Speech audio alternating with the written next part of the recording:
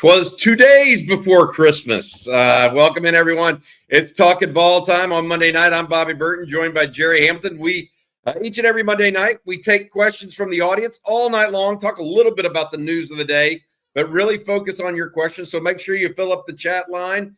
We'll get to it right away. Talkin' Ball each and every Monday night, brought to you by our friend John Donovan over at Longhorn Wealth Management. We'll talk to you a little bit more about him today.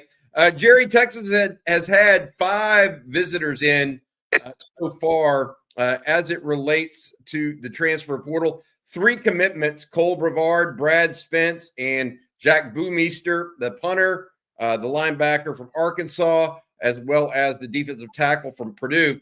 3 of those guys have committed. 2 have now committed and signed elsewhere. Those other 2 being Max Clare, the tight end out of Purdue, has signed now with Ohio State.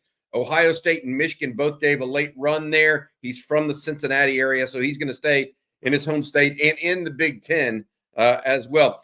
So also, Eric Singleton, the wide receiver out of Douglas, Georgia, by way of Georgia Tech, has officially signed now with Auburn at this point. So those 5 guys are done. The question I have is, do more guys go into the portal? Does Texas recruit more guys after other games are done? The portal still stays open for at least another 5 days until December 28th. We'll see all what happens. But Steve Sarkisian, there is no rest for the weary. He's going from game to portal to Christmas to another game. It is a crazy time of year for the Texas football coach and football program generally. Yeah, it is. I mean, for sure. And by the way, we're in a dead period now with the portal until January 1st. Dead period in recruiting till January 5th. But there's the 4-day opening from the 1st through the 5th for 4-year players or 2-year transfers, 4-year players, JUCOs, or portal players. But we have a dead period now from last night, 11:59 till January 1st. So at least there's that. That doesn't mean there's no contact with a dead period. No face-to-face. Finding a dead period is no face-to-face on campus meetings with players, and that's kind of where that goes. So that can't happen until January 1st. Yeah, and I want to say, Singleton, I think, is the one guy. Max Clare, I'm not sure Texas really pushed for him at the end, but Eric Singleton's one they would have taken. But yeah, so it's there's going to be more guys jump in the portal. And there's more guys jump in the portal after their bowl games are over. And then there's going to be guys in the spring. So I think those that want to fill it up right now haven't followed Steve Sarkisian's recruiting for the last 3-4 years now. So they will be Sark will not. He plays the long game, and even in the portal, he plays the long game. So it'll be interesting to see. But there'll be more guys jump in the portal, and I think Texas is being aggressive when they want to be aggressive, but also being selective as they should be. All right, Jerry, before we get going and start the questions, I want to say thank you to our sponsor. We would like to thank John Donovan, President, Longhorn Wealth Management Group. John's a proud Texas Ex's Life member whose wife and 6 siblings are all UT grads. The family passion for UT is what led John to brand his firm, Longhorn Wealth Management Group. He dedicates it to providing investment, retirement, insurance, and estate planning services and solutions to Longhorn families and friends across the nation. He's done so for more than 30 years. John and his wife, Lisa, were able to enjoy the fantastic Longhorn victory over Clemson in person at DKR last Saturday. And like all Longhorn fans, it was good to get an early Christmas present. In the spirit of Christmas, John is providing all OTF members with the gift of a free 90-minute consultation to help you learn how a certified financial planner like John can help you maximize your wealth, minimize your taxes, and secure your legacy. So while you are relaxing on your Christmas break this week, take a moment to either schedule a call or email him at the 972-707-4900. That's 972-707-4900, or go online, www.longhornwealth.net, to schedule your free consultation. John wishes all OTF members a Merry Christmas, Happy Hanukkah, whatever way you celebrate. And he says, hook 'em to all you guys out there. All right, Jerry, let's get going into the questions. Patrick Smith is first. 2 questions. What would Arizona State's record be if they played our schedule this year? How does Bevo travel to away games? Maybe in a special UT trailer? Let me say this. I kind of broke the news a little bit earlier. Bevo is not allowed to go to games, to go to this game, at least not the one in Mercedes-Benz Stadium. We'll see what happens in the Cotton Bowl if Texas gets a chance there. He should be able to go to the Jerry World. But Jerry Hamilton, the question I have for you is this. What would Arizona State's record be if they played our schedule this year? What do you think it would be? Just looking at it. 6-6. Oh, really? You think so? Yeah, I mean, at Michigan, loss. They beat Mississippi State at home, so you give them that one. Oklahoma neutral, probably, toss up. At Georgia at home, loss. At Vanderbilt, loss. Florida at home without Lagway, win. At Arkansas, toss up. Kentucky, win. At A&M, loss. I mean, I'm thinking 6-6-ish, maybe 7-5. Yeah. Okay. All right. Fair enough. That's the kind of outlook you have right there. I will say this: Bevo travels in a trailer, and they have a group of students known as the Texas Cowboys who actually are responsible for managing Bevo, getting him to games, putting it back to pasture after the game, etc.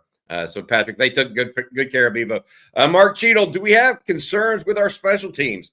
Return game looks great. What about field goals? I don't know about the return game, Mark. Got to be honest. It hasn't looked great all year. Silas Bolden's had a couple.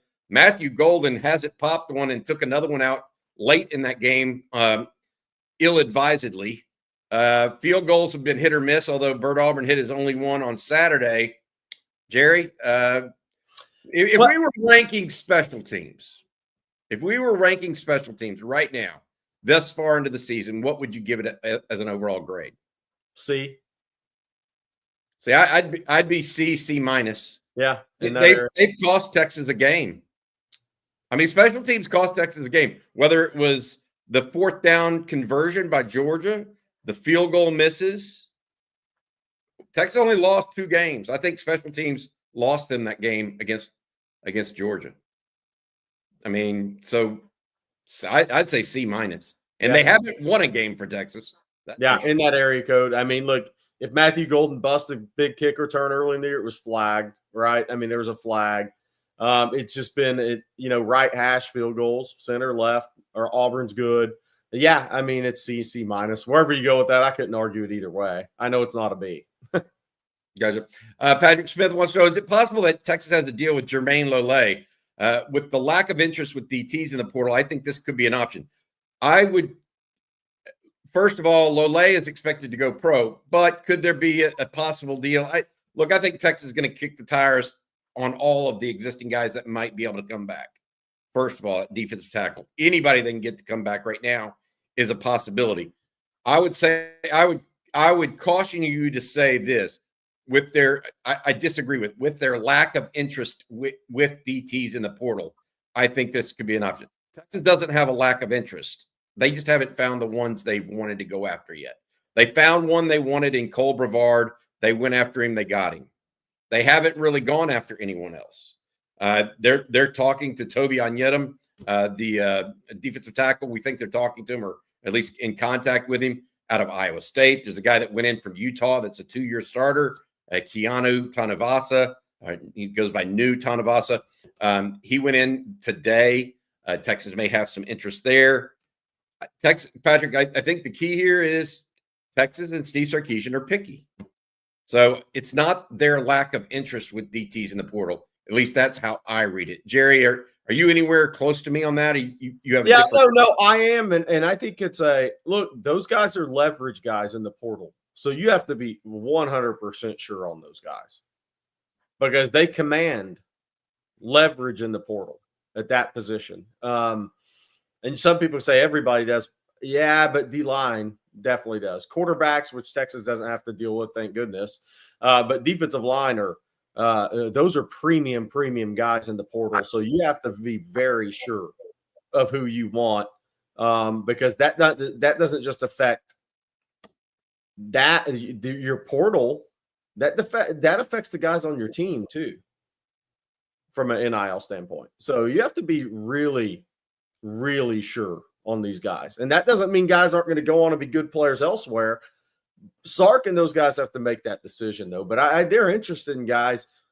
Everything's just got to work, from the fit in the team, the numbers game with the NIL, and all of it has to fit. I want to say this real quick. Congratulations to Celia Kana, the former Longhorn, has committed to BYU. He entered the portal about a week ago now, Jerry, and has found a home at BYU. Congratulations to him. Yeah. His sister, a back-to-back member of the National Women's Volleyball Championship at Texas. Good family. Best of luck to him. Returning to Utah, by the way, to head back to BYU. We wish all these guys the best of luck. Darian Gillette off to Mississippi State as well. We talked about that. One other guy went to Mississippi State. Ray Bledsoe went to Mississippi State as well. So a lot of movement there, and we'll see how all that goes. But congrats to Silly continuing his career. All right, Jerry, this one from Joey Fletch. What are some matchups that Texas has the advantage in over Arizona State? Oh, Bobby won't like my answer on this. The only one for sure I think Arizona State has over Texas is running back. Quarterback, I think Texas has an advantage. Tight end advantage. Texas D-line versus their O-line. Texas O-line versus Arizona State's D-line. Texas tight ends. Texas wide receivers, although I think Arizona State's defensive backs are better scheme coached maybe than Clemson. I think Texas advantages are everywhere except maybe running back. For sure, running back. Scadabo's a tremendous college player. And could you argue special teams a little bit, maybe? Their quarterback's good enough. Not like Quinn may be better than him, but he's a matchup. I mean, he may be the second or third best quarterback Texas has faced this year. Yeah. So, I mean, I think he's very capable. The biggest mismatch for me, okay, in this whole game is Texas offensive line in pass protection versus Arizona State's pass rush. Arizona State's only got 20 sacks on the entire season. Yeah.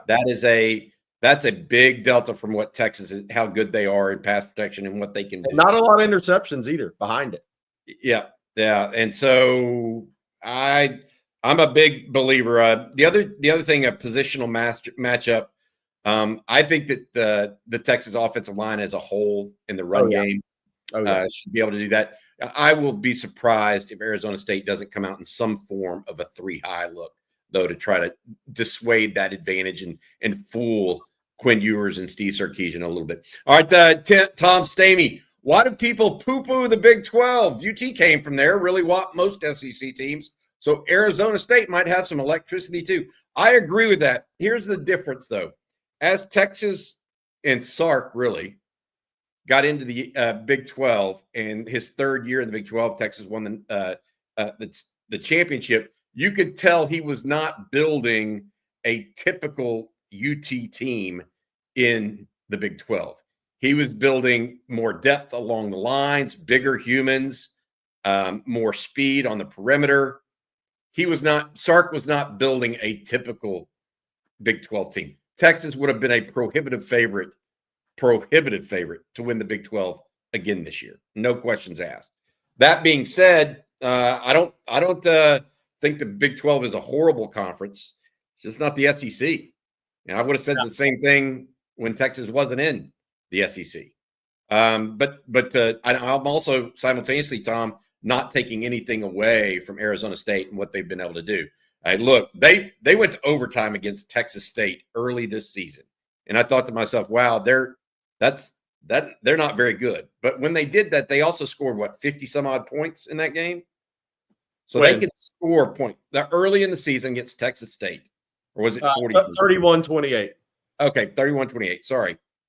Long story short, they had to go to overtime to beat Texas State. Yeah, they have progressed since then with a new quarterback. They got the running back going, etc. So we'll see what all that means. I'm not I'm not diminishing what they've accomplished, though, even though they're in the Big 12. Yeah, Tom, my thing with them, speaking Arizona State specifically, not Big 12, is, everybody was, poo-pooed Texas schedule, right? But the reality is, for Arizona State, their opponents prior to the Big 12 championship game, 64-80 this year. 16 under 500. I mean, that's pretty rough now. And then obviously playing Iowa State, who's 10-3, brought it up to 74-83. But they didn't, people say, well, Texas didn't play Georgia or didn't play Ole Miss or Alabama or LSU in the SEC. Well, if you look at Arizona State, they didn't play Colorado. They didn't play Iowa State regular season. So, I mean, there's similarities there, but the schedule, they've only played 4 bowl eligible teams in the regular season.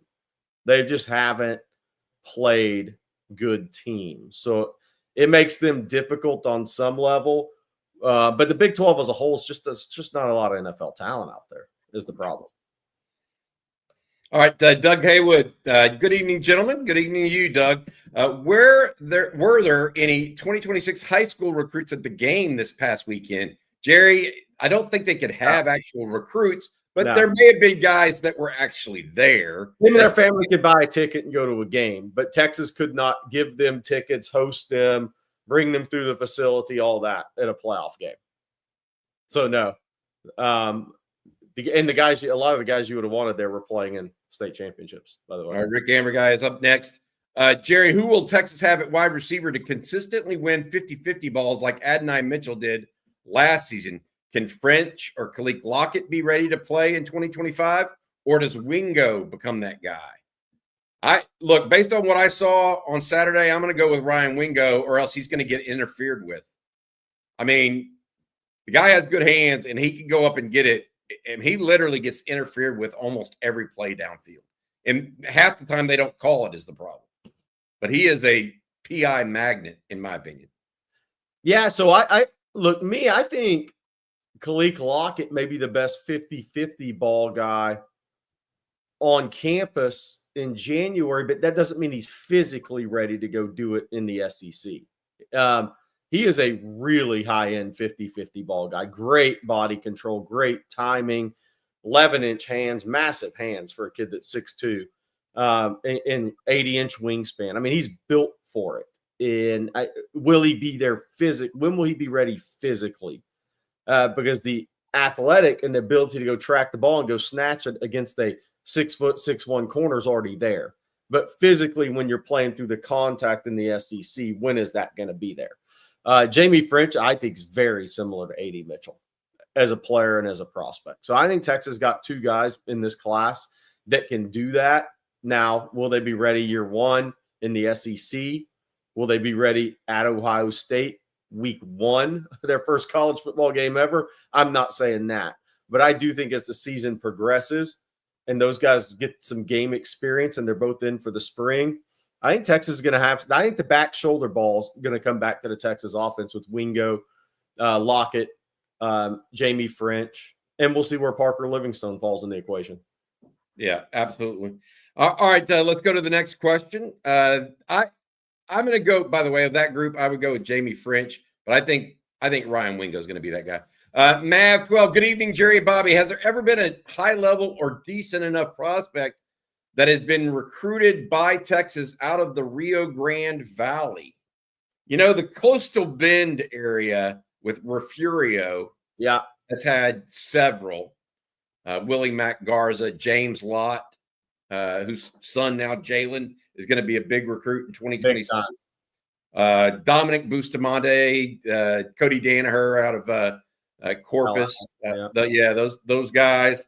Gregory Portland, but that's still not down to I can't remember one. I tell you what, I'm sure there has been one, and one of the older. The name I remember, I just don't know how much Texas pushed for him, was Jamar Taylor that went to A&M. He was a highly ranked kid. From Mission. Yeah. What, even from Mission? Yeah, from Mission. He was probably the most highly ranked guy I remember.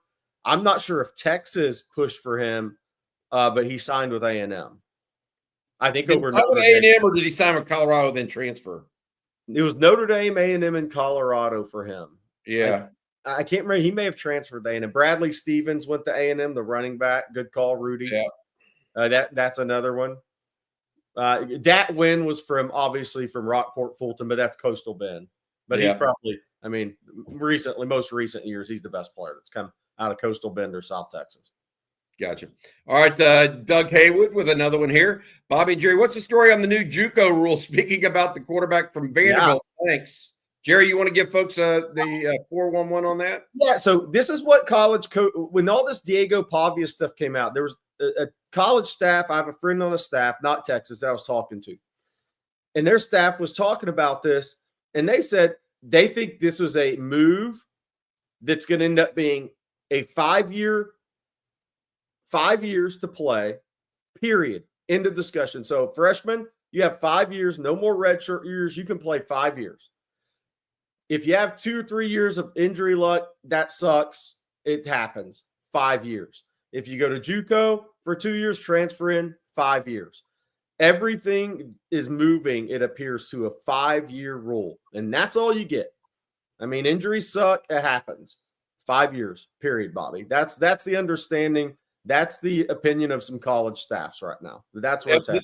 The piece that he's talking about, though, is that Diego Pavia actually is going to have more than 5 years because his junior college year is not going to count. Right. So any college football not played at a NCAA institution. So that means you could play NAIA football and it wouldn't count towards those 5 years. You could play junior college ball. It would not count towards those 5 years. So 5 years at an NCAA institution, whether it be Division 3, 2, or 1, it doesn't matter in their category. So that's the new ruling that is coming out. And there are players out there that this will affect that played through their eligibility this past year. The NCAA is saying that those guys can now return to their teams or enter the transfer portal. So that's something that Diego Pavia started by suing for, and has now resulted in an overwhelming rule that they're just going to let everybody get the extra year, including Pavia. So we'll see what all that means. All right, this one from Kenneth Cassidy. After watching our receivers for the past few weeks, it feels like we need at least 2 more in the portal. Wow, 2 more. I think 1. I think just 1 because I think Ryan Wingo is going to be better. I think DeAndre Moore is going to be better. We don't know for sure what Matthew Golden's going to do yet. If he comes back, how many does Texas really need? Plus, you have Parker Livingstone that we've been told is coming on, and they like a lot, as well as Khalid Lockett, Jamie French, and Dalen McCutcheon, among others. I think there's guys that you need to watch for here, and we'll see what that looks like in a couple weeks. But can I bring this one up, Bobby? Yeah, go for it. Yes. Hellman's commercial, DJ Campbell. If you haven't seen that, he has a Hellman's commercial, Bobby. What? Oh yeah, he has an NIL deal with Hellman's mayonnaise. Yeah, he did a Hellman's spot. Yeah. When was this? Was this? Let's see if producer Matt can find that. Okay. All right. I think it's on his Instagram. This one from Hoosier Horns. My father-in-law tried convincing me last night that Texas has the weakest schedule of Power 4 behind IU. He is a Notre Dame fan. What does Notre Dame do with our schedule? I'm not sure Notre Dame makes the playoffs with Texas schedule. I think they'd have been a 9-3 left out team, in my opinion. Yeah. And I think Texas would have been 12-0 on Notre Dame's schedule. By the way, Notre Dame got some really bad news today.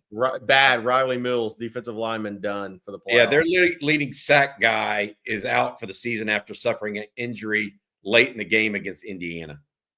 And so that when you're going to play Georgia, you need all your horses, and they just lost one. I don't know what they're. Are we looking at it? Yeah. Oh, we got to take the ad down, I think, to see the Hellman's bottle. Oh, okay. Matt, yeah. So let's see. Eating soup. Hellman's. No, he was not. DJ. He's smiling like me. Oh my God. Oh man, you go. don't put mayonnaise in your corn and bean salsa. You use salsa. Come on, DJ. You're better than that, buddy. He's smiling. He's happy about it. Not just a political realist. Hey, Jerry and Bobby, who do y'all got? Oregon or Ohio State? Literal surprise to see Ohio State favored. I'm not. Not after they dispatched with Tennessee so easily on Saturday. Yeah, Jerry, I like Ohio State in this game, and I might be wrong, but, it was 33-32 in Eugene the first go-round. Who's improved more since that game? I know Ohio State has OL injuries. I tend to like Ohio State in this game, second go-round. I mean, these games are toss-ups. Let's be real. A game like that's a toss-up. Texas, Arizona State's not. Penn State, Boise's not.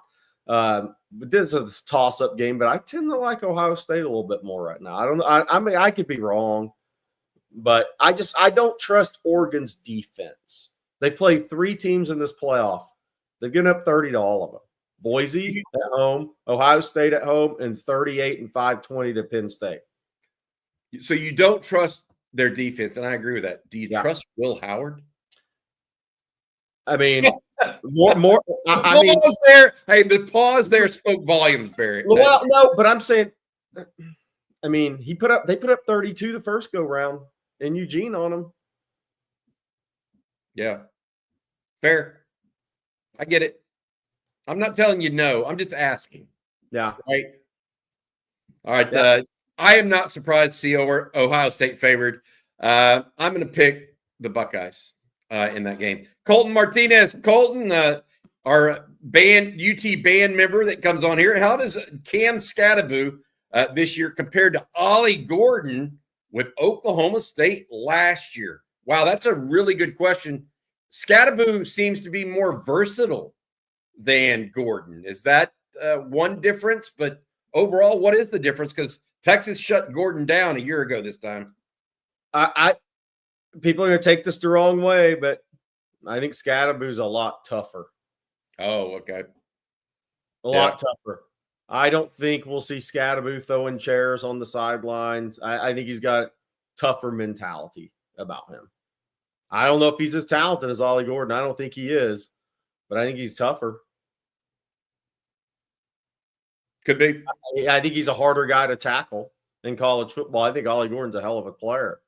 But I think Scattaboo's a very difficult guy to tackle in college football. I think he has a mentality that's kind of rare for guys in college football. Edgar Padilla asked, how rigorous structured is the injury management program? Is Texas known as a world-class sports medicine program, and does that influence recruits? It really doesn't influence recruits because it's one of those aspects that is just expected of a top-notch Division I program. And so I do think it has some value, but only as it relates to Texas versus, I don't know, Tulsa or something like that. It's not going to be a big deal if it's Texas versus Georgia or Texas versus UCLA. It's pretty common. And how rigorous structured is it? I don't know, but here's what I would tell you from a strength and conditioning standpoint, Edgar, and thank you for the super chat. Texas has had really fairly good luck with injuries the last 2 years. I mean, really, really good luck overall. Hey, we need to talk about that. Yeah, but is that, let me ask you that, is that Torrey Becton? Is that other aspects of strength and conditioning? I'm not sure, but something's in the water right now at Texas because they've had two good year runs right now, in my opinion. What were you saying, Jerry? We didn't mention that off the top, but Sark mentioned today, obviously, that Cam Williams MRI came back positive as expected. As far as major structural damage, I think he's had a little bit of something going on here for half of the season he's playing through. But we were told practice today with brace on. Isaiah Bond did not practice today. We were told. And look, it's just me, and Sark didn't say anything definitive. It's 10 days out, but if it's me, I'm trying to get Bond as close to 100% for January 10th as possible. Okay. I'm trying to think other injuries of note. Trey Weiser and Jake Majors both back at practice as expected today as well. Jerry, this one from Rick Ambry. How about Texas linebackers fitting the run game against Arizona State?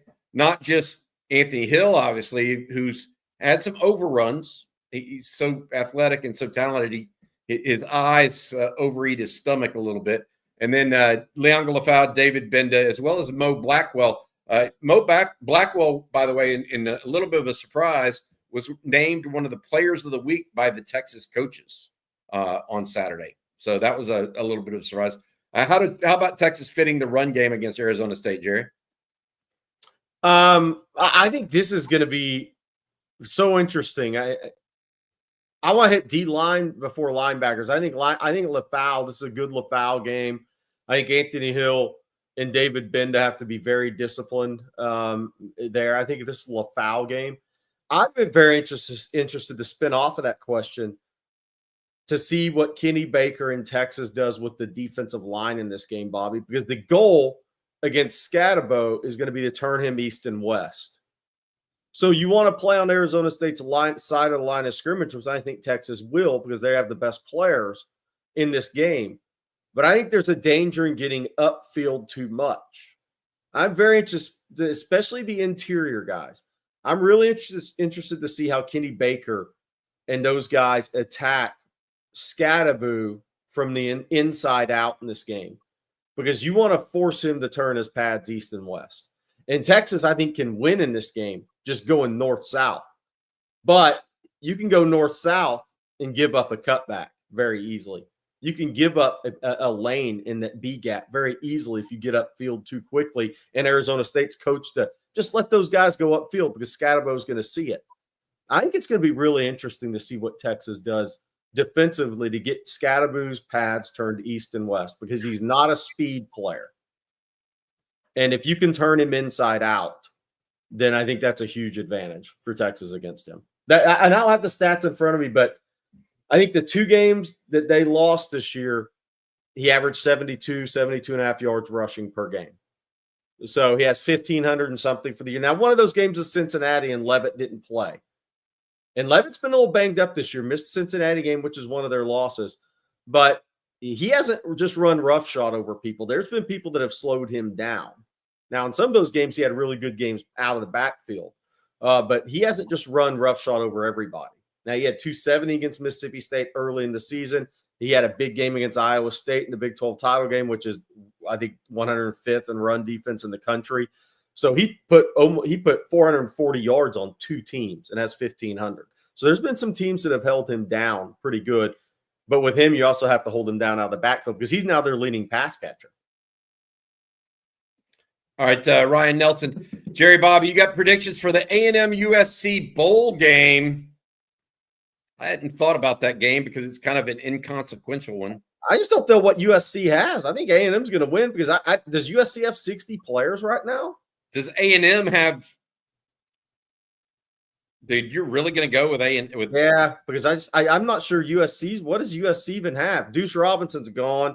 They have a semblance of an offense. Quentin Joyner's gone.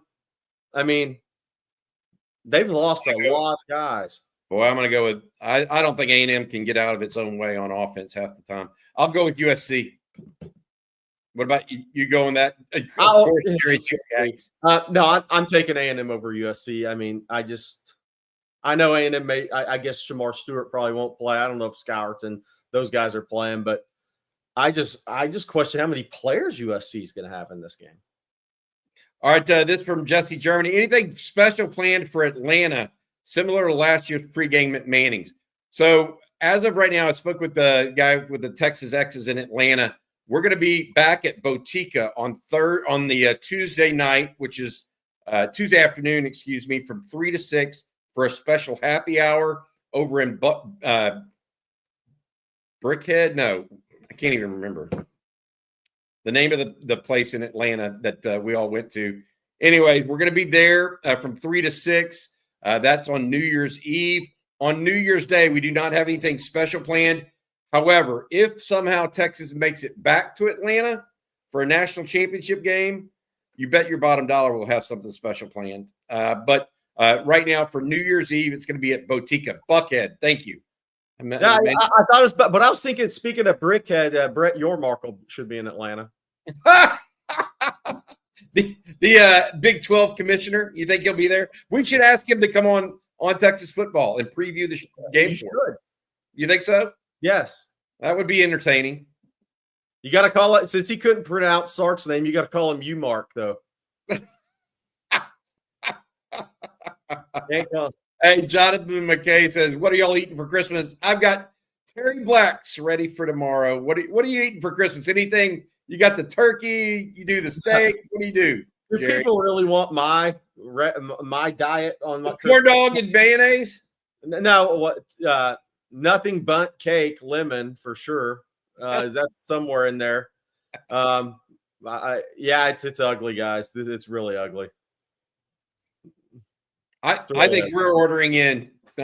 We got a crew here of 8+, so I think we're going to probably order in. I'm not quite sure yet what we've got going, but it should be fun. All right, this one from Clint Barrows.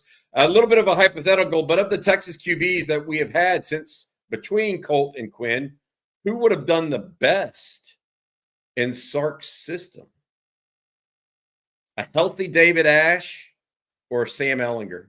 Because I don't think anybody else would have been in the category. He's asking maybe. He's saying since Colt. I have one that it's before Colt that I think would have done extraordinarily well. Who's that? Chris Sims.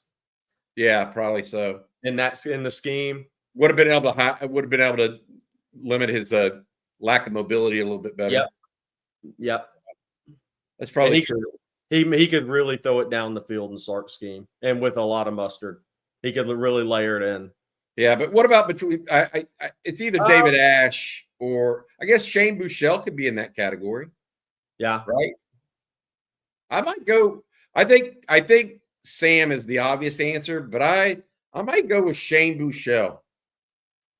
And the reason I might go with Shane is I think he fits more what Sark liked to do with the quick release. Shane had a quick release.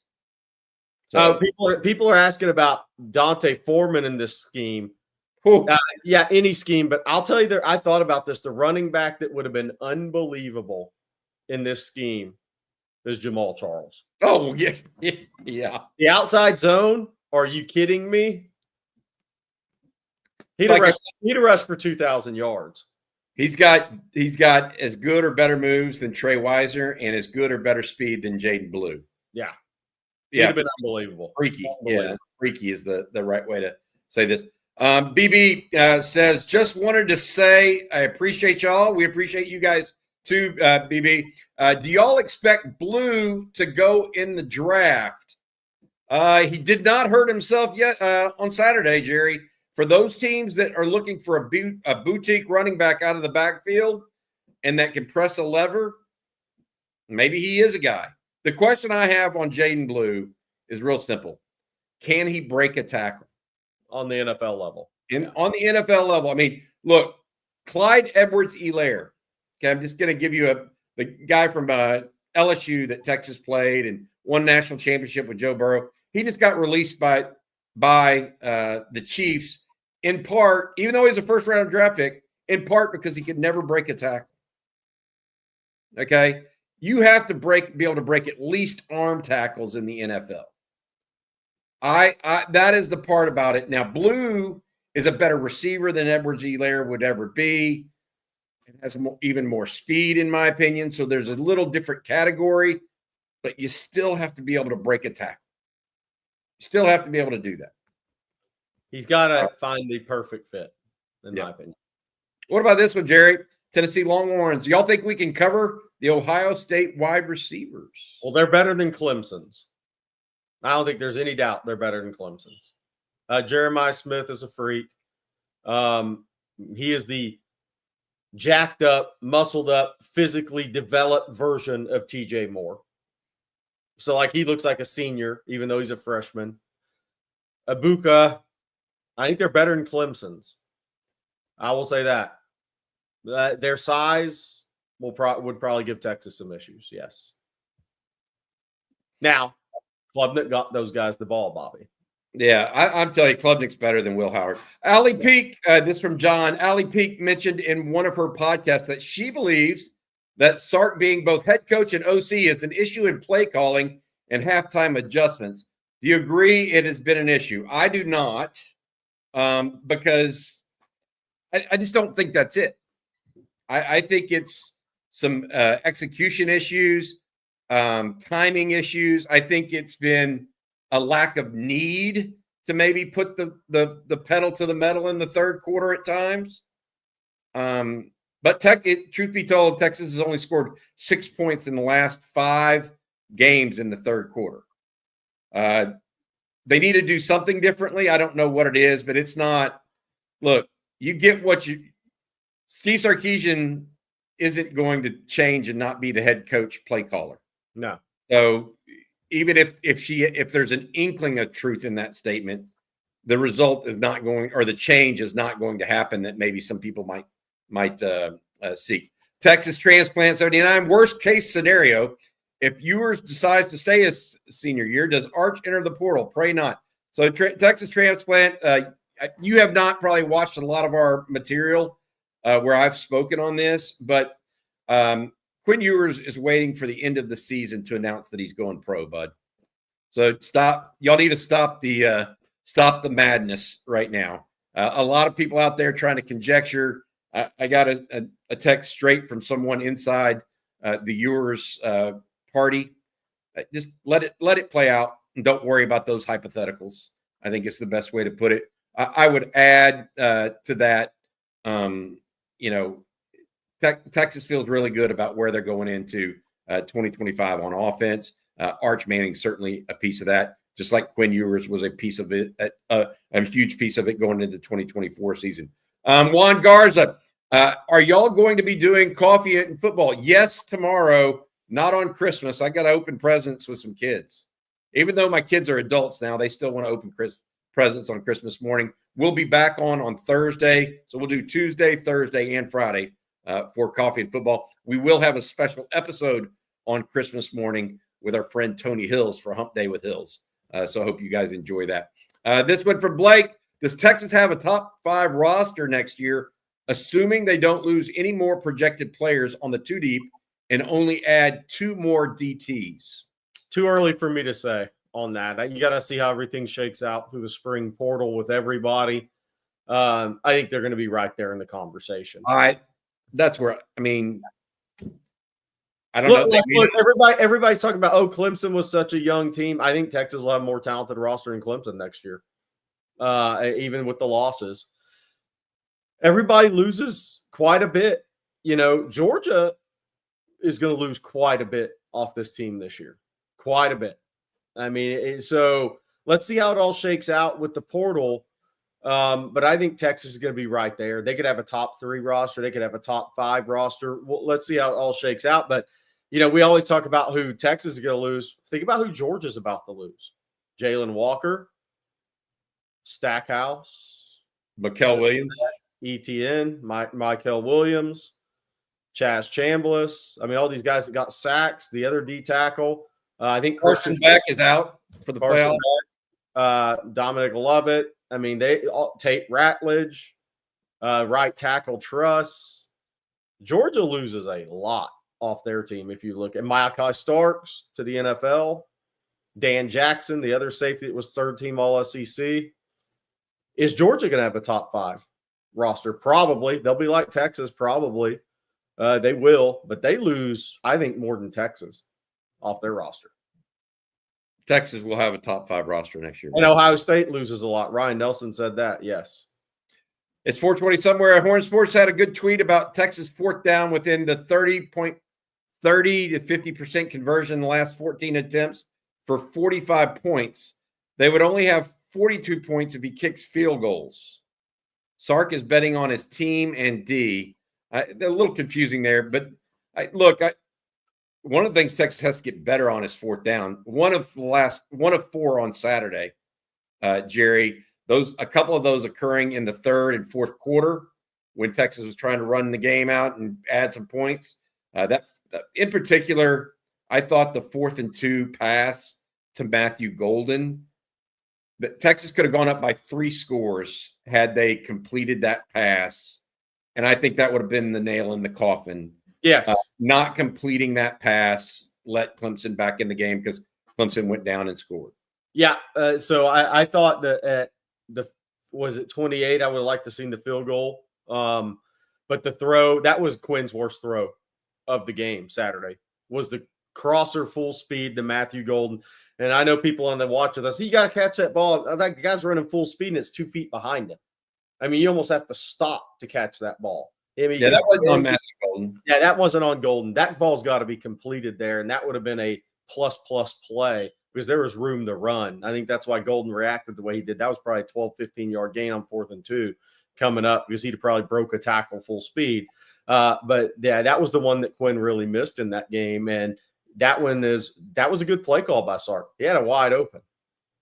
Yep. All right, we got time for one more question tonight, but before we do that, I want to say thank you to Longhorn Wealth Management and John Donovan. As a proud UT alum, John served 15 years as a Texas Ex's board member in Dallas, and he is now helping lead the build-out of the Collin County Texas Ex's chapter. John wants to encourage all OTF fans to take advantage of any downtime you may have between Christmas and New Year's to focus on positioning your financial plans to enter 2025 on the right path. Keeping in the Christmas spirit, John is offering all OTF fans the gift of a free 90-minute private consultation to evaluate how a certified financial planner like John can help you identify the best financial strategies and solutions available to begin focusing on maximizing your wealth, minimizing your taxes, and securing your legacy in 2025. Simply call John and the Longhorn Wealth Team 972-707-4900 or go online www.longhornwealth.net to schedule your free private consultation today. John wishes all OTF fans a happy Hanukkah and a blessed Merry Christmas. Hook 'em from John and the Longhorn Wealth Team. All right, I want to throw one out to the chat real quick. James Richards, our Georgia fan who comes in, and he's great in our chat. No team drops more than Georgia. Correct. You saw Riley Mills is out. What do you feel? What's your prediction score for Notre Dame, Georgia coming up? I'd like the Georgia fans' prediction score for that. How Georgia's feeling about that game? No, I wouldn't be feeling good with Gunnar Stockton, my quarterback. I got to be honest. Even if you have a unbelievably talented defense, unless they score on defense, I'm worried about Georgia. Justin Yarbrough, what does the Texas pass offense look like versus Arizona State's pass defense? Quinn has looked better the last few weeks. The more healthy he's gotten, the deep ball has worked the last 2 weeks. Hey, you're right. He's connecting with Matthew Golden right now on the deep ball, Jerry. Did it again. What is a 43-yard gain, I think, on one ball. He is throwing the deep ball better and getting a better feel for it right now. But what does the pass offense overall look like versus the Arizona State pass defense? Well, I think the pass defense, when you take the linebackers into account, I think it's really good. I think Texas short and intermediate. What will Arizona State? Will they throw out a 3 high against Texas? Will they try that? I think Texas on the perimeter is going to have some advantages. Now, I do think the Arizona State corners are maybe better than the Clemson corners. They got 3 PI calls on Avion Terrell, who's a really talented player, but young. I think Arizona State corners are going to be better than Clemson's corners. But I think the linebackers, when you take into account everything, and by the way, Shamari Simmons, their starting safety from a targeting in the second half of the Big 12 championships, out for the first half of this game. So starting safety's out. Miles Rouser, their other safety, is an absolute hammer. It wouldn't shock me if he didn't get a targeting in a game like this, by the way. But I think Texas has some advantages it's against the Arizona State safeties and linebackers in this game. Okay. I got one last thing I wanted to mention here, and that is for you guys that are looking for extra gifts around the holiday season. I think it's too late for you to get them right now, but we have all kinds of hats, mugs, and whatnot available in the On Texas Football store. Go to shop.ontexasfootball.com. Mugs, hats, we've got it all for you. Again, shop.ontexasfootball.com. You get the order in, we get it out the very next day. If you have friends that you didn't get a Christmas gift for, and you're going to see them later in the year or in the new year, make sure you reach out to us at shop.ontexasfootball.com. All right, Jerry, that's going to do it for this evening's edition of Talkin' Ball. You have anything else you want to end with before we let folks go today? No, I mean, look, I'm excited. I love Texas chances. Y'all know I'm not going to throw my score out. I don't want to give Bobby a heart attack here on Christmas Eve. But I like Texas chances. I think good news on Cam Williams. It was practicing with the brace today. I'm not saying he was full speed. Isaiah Bond, still think that's a ways off. Jake Majors, Trey Wisner, all updates were positive there. For being in, Bobby, what are we going into game 15 here? Pretty healthy football team. Pretty healthy football team for playing 15 games. And I want to say this. Congrats to Jake Majors. Jake Majors has now played more games as a Texas Longhorn than anybody in history after Saturday. If he starts against Arizona State, he will set the record for most games played in as a Texas Longhorn. That's pretty cool, honestly. It's really cool. Yeah. Congratulations. Out of Prosper, Texas. There you go. All right, guys. Hey, thank y'all so much again. We're up to 67,000 subscribers now on the YouTube channel. Unbelievable. Thank you guys for that. Thank you also to our producer who's here with us in just about each and every episode. That's Matt Hutchison. He's done a wonderful job this year. Thank you to him. Thank you to Jerry Hamilton as well. I'm Bobby Burton. Thanks for watching Talkin' Ball. Also appreciate our sponsor, John Donovan. You guys have a good night. Hook 'em.